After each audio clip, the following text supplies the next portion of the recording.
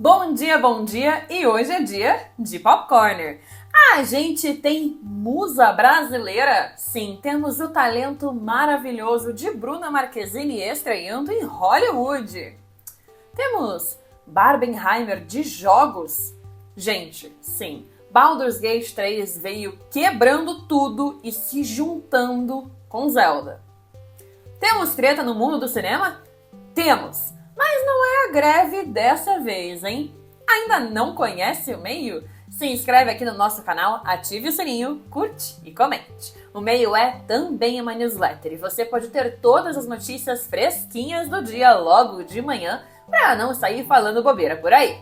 Eu sou Bruna Bufara. E eu sou a voz da razão e da piada, a Nath. Faça-me o favor, vai, pegue a sua pipoquinha e bem-vindo ao Popcorn.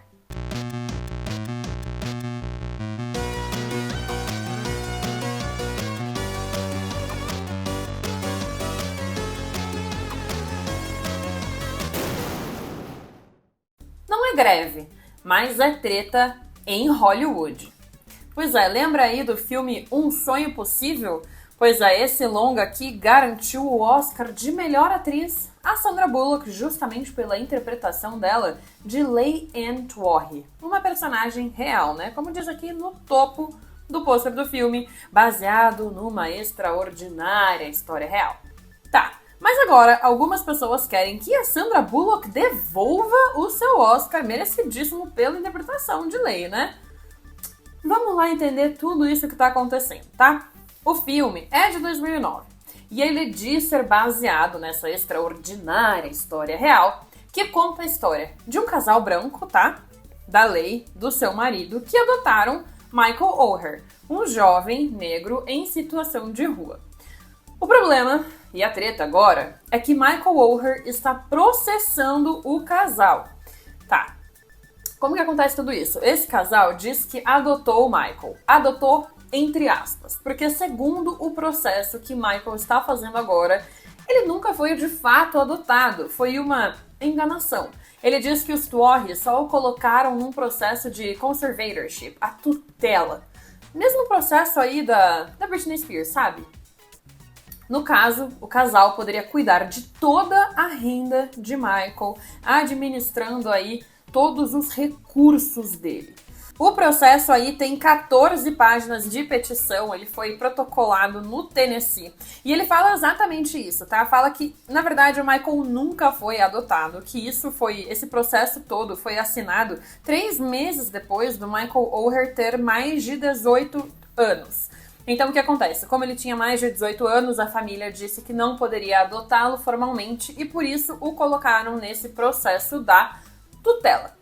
Mas o que acontece? Segundo Oher, os 4 membros da família Tuohy teriam ganho $225 mil cada um por conta dos ganhos do filme e do livro, que é o casal e os 2 filhos do casal. E eles ainda teriam ganho um extra de 2,5% dos lucros do filme. Enquanto isso, ele, Michael, não teria ganho nada. E se essa história parece familiar pra você, é porque ela é mesmo, tá? Pais abusivos com dinheiro, controlando dinheiro e a vida pessoal dos filhos não é novidade. A gente já teve aí a Britney, a Larissa Manoela mais recentemente, o Macaulay Culkin, o Gabriel Medina, então não falta exemplo, né? Exatamente, esse tema aí de atriz mirim tá bem presente no Popcorner de hoje, né? E aí, seguindo no processo, né, o que acontece? A família, tá? Singer é o advogado da família. Então, o advogado da família tá dizendo que a família não se opõe a terminar a tutela e que vai fazer isso porque é o que o Michael quer e eles não querem ir contra a vontade do Michael. Mas o que ele fala é que eles vão sim defender os seus bons nomes. Então, o que eles vão fazer? O que isso quer dizer? Que eles vão botar aí um contraprocessinho. Pois é. Mas vamos voltar ali na história do Michael, né? O Michael comenta que tanto o livro como o filme não tiveram nenhum retorno financeiro para ele, mas sim para o casal Tuohy e os 2 filhos biológicos dele, deixando o Michael a razão de tudo isso, a motivação de tudo isso existir de fora. O Michael jogava pelo Baltimore Ravens, tá? E ele ganhou o Super Bowl aí de 2013 da NFL, então essa foto aqui é dele de 2013. Ele pede pelo fim da tutela e ele também pede pela proibição dos Tuohy de usarem o seu nome. Óbvio que a família nega tudo, né? Com veemência, eles inclusive já vão aí lançar o contraprocessinho. Mas vamos lá, tá? O que o autor do livro, o Michael Douglas, fala? Porque teve o livro em 2006 e teve também o filme. O autor do livro, ele diz aí que ele não acredita que o Michael possa ter feito tudo isso, porque os Torre banhavam ele de amor, recursos, enfim. Mas tá, vamos lá. Porque tem chão aí, tá? O filme é de 2009, o livro é de 2006. O O'Hare já contou diversas vezes, antes dessa petição, de que o filme retrata ele muito mal. Ele fala que o filme retrata ele como se ele não fosse inteligente. É difícil, né? Porque é uma retratação que ele não participou. Difícil. E esse furo todo é da ESPN aqui. E foi pra ESPN que ele já contou alguns anos atrás que negociadores da NFL achavam que ele era mentalmente lento por conta do filme e que isso atrapalhou o negócio, a vida profissional dele. Então assim, depois disso tudo vir à tona, disso tudo sair por aí, decidiram falar pra Sandra Bullock devolver o Oscar, não por uma atuação, óbvio, mas porque o filme seria baseado numa mentira. A Sandra Bullock também, coitada, né? Não tem nada aí com isso, vamos até deixar aqui a Sandra Bullock com seu Oscar aqui, porque ela fez o trabalho dela, que era atuar, né? Mas difícil. Difícil, né? Principalmente porque aí a história, uma história que é bem icônica de Salvador Branco. E Michael também já tinha batido na tecla de que por mais que ele fosse grato pela família, não foi só por isso que ele se tornou quem ele é. Ele sempre esteve no caminho de se tornar Michael O'Hare. A família não é tão responsável por isso assim. O Barbenheimer dos jogos. A chegada de Baldur's Gate 3, que logo após o lançamento já se tornou o jogo de computador mais bem avaliado de todos os tempos. É o jogo mais vendido da Valve. Baldur's Gate chegou assim com todos os pés na porta, sério. Baldur's Gate veio pra desmoronar aí esse ano. Mas por que Barbenheimer? Porque, olha, Baldur's Gate foi o único desse ano que aí foi capaz de competir lado a lado com Zelda Tears of the Kingdom. E veja bem, não tá simples não, tá? Esse é um dos melhores anos para jogos desde 2013. Aí teve The Last of Us, teve Final Fantasy XIV, GTA V, Far Cry 3, Assassin's Creed 4, o Stanley Parable e vários outros jogos maravilhosos. Então, assim, a concorrência tá, torando. Tá pesado. Esse ano tá pesado demais. 10 anos depois de 2013, a gente tá aí com outro ano gigante pros jogos. Game of the Year aí de 2013 foi sensacional, né? Mas 2023 tá que tá pegando fogo e Zelda parecia ter selado já o prêmio de Game of the Year pouco depois do lançamento, porque assim, foi uma comoção. E o jogo, que parece mais o pior pesadelo de um dev, tá?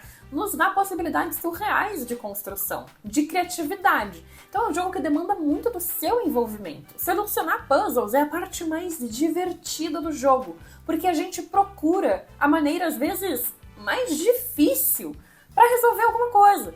Então a gente tem diversos conteúdos desse tipo aqui. Cara, piores soluções para um problema, piores soluções, as soluções mais ridículas, porque é isso no Zelda que é tão legal, você demorar para fazer algo simples, porque você pode fazer aquela coisa simples de uma maneira incrível. Você cria algo menos usual. É muito criativo, apela para nossa criatividade humana. Zelda libera dentro de nós o espírito de desbravamento de um mapa, mas com ferramentas novas, que com certeza vão revolucionar o futuro da indústria como um todo. Já Baldur's Gate 3 levou aí o título de melhor jogo para PC do Metacritic e do OpenCritic. Pois é, gente, é um RPG aí cheio de RPG, cheio de roleplaying. Você tem um monte de escolhas no mundo. Você tem escolha com NPC, você tem side quest, você tem combos diferentes, você tem romances. Quase todos os personagens são romanceáveis. Você pode, inclusive, responder a coisa certinha que você vai romancear aquela pessoa. Tem coisa que você só descobre se você jogar mais de uma vez. É incrível. Baldur's Gate é recheadíssimo de conteúdo. São 2 jogos incríveis que levaram as notas mais altas do Metacritic. E vale lembrar que esse ano ainda tem Starfield, hein, Bruna? Tá logo aí, hein? Tá chegando. Jesus, é mesmo. Então, assim, que ano, né? Que ano, porque o jogo já tá quase disponível para preload, tá? Então, se você tem aí Xbox já tá disponível para preload. Se você vai pegar Starfield pelo Steam, vai demorar um pouquinho ainda. Mas olha, Starfield também é outro aí gigante, AAA da Bethesda que vai lançar. E olha, se você já fez o preload, vou te dar uma dica de jogar só no lançamento. Não venha com essa de mudar fuso horário, porque pode dar ruim, tá? O melhor é esperar o lançamento dia 6 de setembro e jogar certinho na data, esperar meia-noite. E é isso, mas ó, eu não vou me alongar muito não pra Starfield, tá? Porque parece incrível. O lançamento ali tá parecendo maravilhoso, mas a gente não tem ideia se será tão bom quanto Zelda ou Baldur's Gate 3. Mesmo porque Cyberpunk 2077 também parecia incrível antes do lançamento e aí lançou cheio de bug, né? Enfim, o trauma. A gente não comenta sobre o lançamento de Cyberpunk e isso pode de fato acontecer com Starfield também. Então assim, vamos comentar sobre os jogos que a gente tem, né? Mas ó, se você tá precisando de um indicador aí de qual jogo comprar no futuro, a gente tem aí 3 opções, tá? Baldur's Gate 3, se você gosta de um RPGzão mesmo, rolagem de dado, falha crítica, você vai ter um monte de personagem pra conversar, você vai desbravar o mapa, você vai criar um personagem que você vai amar, você vai se frustrar perdendo luta, você vai querer reiniciar o save, aí a gente tem a dúvida, né? O que vale mais a pena, você ficar salvando e voltando o save ou você aceitar o destino que o dado lhe deu? Pois é, Baldur's Gate 3, teu caminho. Baldur's Gate 3 vai lançar, já lançou, né, desculpa, pra PC, Xbox e PlayStation. E tem Couch Co-op. Então você pode chamar ali alguém pra pegar o controlinho, sentar do seu lado e jogar ali naquela clássica tela dividida, né? Um aventurão pra 2. Já Zelda é single player. Zelda é aquilo, né? Pra você desbravar o mapa, entender o que tá acontecendo, você ficar conversando com NPCs, pra você ali ficar arrumando placa, achando os bichinhos, é isso, é Zelda. Zelda é ali pra você ter um tempo, pra você exercer a sua criatividade humana, se divertir pra caramba e aproveitar o que Hyrule vai te oferecer dessa vez. Zelda é single player e exclusivo do Switch. Agora, se você gosta de desbravar universos diferentes e tá empolgadão aí com outro jogo que vai, te dar a possibilidade de estar no espaço, Starfield. Porque, ó, ele parece ser single player até o momento, tá? A gente ainda também não tem tantas informações. A gente teve ali o lançamento de horas de Starfield, né? Ele tá tomando ali um holofote gigantesco da indústria. Starfield é só pra PC e Xbox. E lança só dia 6 de setembro. Mas Zelda e Baldur's Gate 3 valem muito a pena jogar, já estão disponíveis. Se você não tem plataforma que rode Baldur's Gate 3, se você não tem o Switch, cara, liga a Twitch e acompanha o gameplay, porque esses dois gigantes merecem muito. Pessoal, mini bloco, rapidinho aqui, porque não dá pra passar uma semana sem falar da greve. Ainda mais porque na semana passada teve outra reunião de negociação entre o Sindicato dos Roteiristas e a AMPTP. Então vamos lá fazer essa atualização bem rápida do que aconteceu, tá? Já foram 2 reuniões entre o sindicato e a AMPTP, que representa aí os principais estúdios, tá? WGA lançou um relatório de 15 páginas acusando a Disney, a Amazon e a Netflix de dominação do mercado. Então, o que aconteceu? A gente teve a primeira reunião da WGA com a MPTP, em que nada aconteceu, tudo seguiu em frente, a greve continua. A gente teve a segunda reunião, em que, de novo, nada resolvido, greve seguiu em frente. E essa sexta-feira teve outra reunião, e a gente não tem essas notícias do que acontece porque a guilda é muito comprometida a deixar a negociação toda fechada dentro do seu comitê de negociações. A guilda, que é o sindicato, eles sabem exatamente o que eles querem. Eles já têm isso feito. Eles já negociaram dentro do sindicato o que eles querem. Então, o que acontece? Quando tem essa reunião, quem vai lançar o que está acontecendo é a guilda para os membros do comitê de negociação da guilda. Então, a gente não tem como ter certeza se o que está saindo na mídia é exatamente a negociação. Porque a MPTP, que é aí a representante dos estúdios, tem um interesse muito maior de divulgar o que é dito na reunião, porque a MPTP começa a sair por cima, porque é ela que tem o controle da narrativa. Mas o sindicato é bem fechado e eles fazem isso com um esforço gigantesco. Então, se você quer acompanhar, sugiro você acompanhar as contas, redes sociais aí desses diretores de negociação, porque eles sim comentam o que está acontecendo de verdade. E de verdade o que eles falaram é: nada é resolvido ainda, tem muita coisa que a gente quer conversar justamente sobre os tamanhos mínimos de roteiristas dentro de uma sala para fazer uma série e acompanhar a série do começo ao fim. Isso, além, claro, da inteligência artificial. Mas vamos lá, né? Porque já teve aí essas reuniões.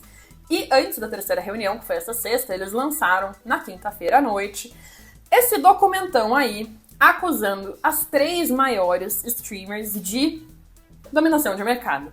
Relação tá boa, né? Tá péssima. Pois é, o sindicato argumenta que os streamings aumentaram de preço, que a Netflix abusa dos seus funcionários e que a Amazon pratica concorrência desleal. Então eles fizeram ali no seu documento todo o histórico de todas as aquisições da Disney, como que a Disney começou a criar um monopólio de produção, adquirindo ali a ABC, adquirindo a Pixar, adquirindo a Marvel Studios, Lucasfilm, 21st Century Fox, tudo isso hoje é da Disney. Então a Disney tem um catálogo gigantesco de conteúdo e um catálogo gigantesco de renda por conta das compras que ela fez do mercado, de um mercado gigante. Eles trazem também a expansão de mídia da Amazon. Então, como a Amazon também fez com que a concorrência diminuísse, porque comprou competidores, então todas as compras que a Amazon fez, aí eles postam também quanto tá o preço de cada streaming, né? O quanto isso tá tornando um mercado desleal. Eles ainda pedem, no fim desse documento, para que agências antitrust investiguem as táticas das empresas e regule o mercado. Principalmente o mercado de streaming. Gente, climão em Hollywood, porque a gente teve aí essas reuniões e a gente teve esse documentão falando, olha, tem que regular porque isso aí não tá bom pra ninguém. De Mulheres Apaixonadas, de 2003, que tá inclusive reprisando, vale a pena ver de novo. Quem diria que daqui pra frente era só pra cima? Pois é, a atriz mirim despontou demais.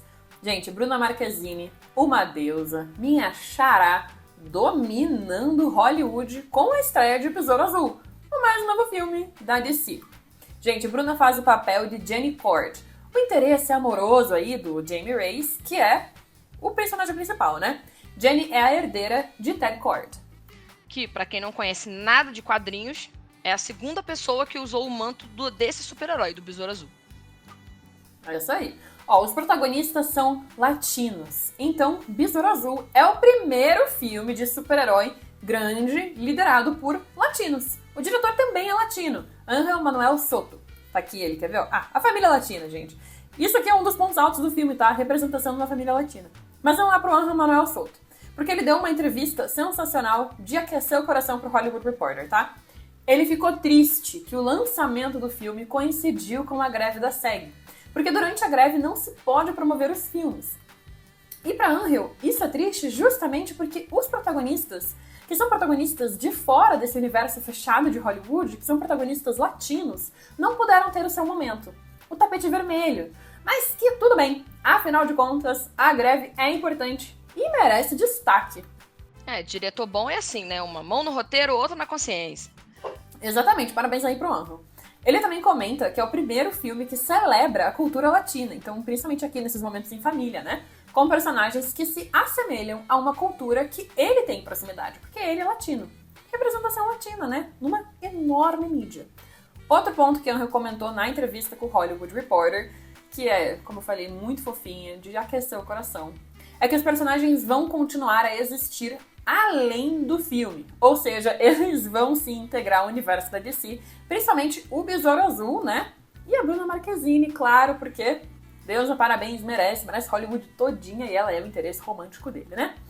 Olha, de boas notícias, tá? A gente tem as críticas, e aí a gente tem o lado bom e o lado ruim, que elas estão saindo num clima um tanto quanto morno. A gente tem as piores críticas, que pegam no ponto de que a CGI é um pouco medíocre e de que o roteiro é bem previsível e a história é xoxa. Vamos lá também, que esse filme não teve aí um orçamento tão gigantesco, ele não é aí um filme com um orçamento tão milionário quanto os filmes da Marvel, mas vamos lá. Já as críticas que vão para um lado mais carinhoso levam em consideração que é um filme de super-herói, né? O que a gente pode esperar de roteiro de filme de super-herói? Mas falam que realmente o ponto positivo do filme é o quê? É a narrativa latina. Inclusive tem um áudio maravilhoso rodando aí nas redes sociais da nossa diva Bruna, comemorando que o filme estreou com 86% no Rotten Tomatoes, que ela chama carinhosamente de aquele site dos tomates podres lá. Adriana! Debutamos com 86% naquela aquele tomate estragado, Diva, perfeita. O site dos tomates estragados. Maravilhoso.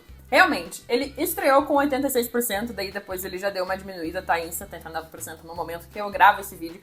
Mas é o que eu falei, a diva tem aí, né? A diva. O Blue Beetle tem aí seus pontos positivos e seus pontos negativos. Ponto positivo trata de uma família latina, trata aí de uma representatividade que não se vê muito na mídia. Essa representatividade a Marvel já fez, por exemplo, com Pantera Negra, né? E a DC fez isso agora com latinos, então trouxe aí um filme extremamente latino, mas não é com um orçamento tão grande. Então talvez faltou esse cuidado de ter um orçamento maior para poder arriscar um pouco mais, para poder ser um filme mais bem lapidado. Mas enfim, parabéns pra diva, parabéns pro filme. E assim, a diva, gente, ganhou muito destaque internacional. Muito. Inclusive de alguns materiais de promoção que tinham sido gravados antes da greve. E por isso foram ao ar. É o caso do First We Feast, que a Bruna foi pra mostrar snacks brasileiros. E sério, os comentários são uma arte por si só, tá? Porque é um monte de brasileiro orgulhoso da Bruna Marquezine, um monte de brasileiro se fingindo de gringo pra elogiar, né? Então a gente tem aqui, tipo, um monte de gringo elogiando, mas aí o nickname é Bruno Caldas. Então, assim, é óbvio que é tudo brasileiro elogiando ela, mas, enfim, ela merece, me sinto igualzinha, também tô aí orgulhosíssima da minha xará. Mas tá, vamos ao que viralizou nessa semana, tá? Porque se você não sabe, o Xolo Mariduena, o Besouro Azul, tem um podcast chamado Lone Lobos. E a Bruna Marquezine foi convidada a participar. Inclusive, pausa, porque grande tempo do podcast fica esse cachorrinho aí tirando uma sonequinha no colo da Bruna Marquezine. Mas a gente tem 1001 motivos pra amar a Bruna Marquezine, né? Inclusive aí, amiga dos animais. Logo no comecinho do episódio, vamos ao que importa, ela lança que se sente limitada a falar inglês, que ela se sente numa versão menos interessante em inglês, que ela é mais interessante, mais engraçada e mais ela mesma em português. Olá, Hollywood! Bruna Marquezine é nossa própria Sofia Vergara! O Brasil tem uma deusa pra chamar de sua. Porque aí, pra quem não lembra, aí fica o monólogo da Gloria Pritchett, né, pro seu marido Jay em Modern Family, em que a Sofia Vergara fala: você não tem ideia do quão inteligente eu sou em espanhol. Gente, Bruna é a nossa própria Glória. Mas vamos lá para os comentários desse vídeo também, tá? Porque nos comentários desse vídeo, a gente também tem um bando de brasileiro dando uma força maravilhosa para Marquezine. Eu torço para Bruna como se ela fosse da minha família. Vamos fazer esse vídeo viralizar Brasil. Gente, é assim, é uma torcida incrível. E é isso aí, pessoal. Ela merece. Mas vamos lá. E não é só a Bruna Marquezine que ganhou destaque nas redes sociais brasileiras, não, tá? Pois é. Vamos aí para uma das trilogias de terror mais interessantes que a gente tem atualmente, tá? Ainda assim, data de estreia, Maxine, que é aí a última parte da trilogia X, né? Depois de X, A Marca da Morte, e Pearl, ou X, dependendo aí da bilinguidade alheia, né? Já que a gente tá no papo de Bruna Marquezine. Então a gente teve X, Marca da Morte, Pearl, e vai ter Maxine, estrelado pela neta da Maria Gladys, Mia Goth, diva protagonista dos três. Ela finalmente criou um Instagram oficial. A gente não sabe ainda se é oficial, se é dela, se não é. Se alguém comprou o selo azul, porque, de novo, né? Selo azul ajuda você a personificar outras pessoas. E como ela não tinha uma conta de Instagram antes, será que é dela? Será que não é? Pois é, mas vamos lá. Ela criou esse Instagram aí, ou foi criado esse Instagram, mas é o único Instagram da Mia Goth que tem o selo azul. E o que tá acontecendo? Ah, vocês podem imaginar. O que tá acontecendo? Bombando de comentário brasileiro perguntando se ela é a neta da Maria Gladys. Sério. Eu amo o Brasil. Não tem como. Não tem como. A questão que fica aqui é se ela vai ter senso de humor pra lidar com essa enxurrada de brasileiro, ou se ela vai dar uma de todo mundo odeia o Cris, né? Que falou que odiava o Brasil por conta dos comentários no Instagram dele, né? Pois é, né? Tem gente que realmente não tem senso de humor, falta brasilidade, né? Por isso que a gente fala, falta aí representatividade latina nas redes, porque é só com representatividade latina que as pessoas vão entender que isso aqui é o humor na sua forma mais fina. Mas ela é neta da Maria Gladys, né? Ela com certeza deve ter senso de humor. Pois é, com brasileiros lotando redes sociais, ficamos por aqui. Meu muito obrigada pela audiência e me fala, já jogou Baldur's Gate 3? O que você achou? Vejo vocês domingo que vem, às 11h15. Até lá!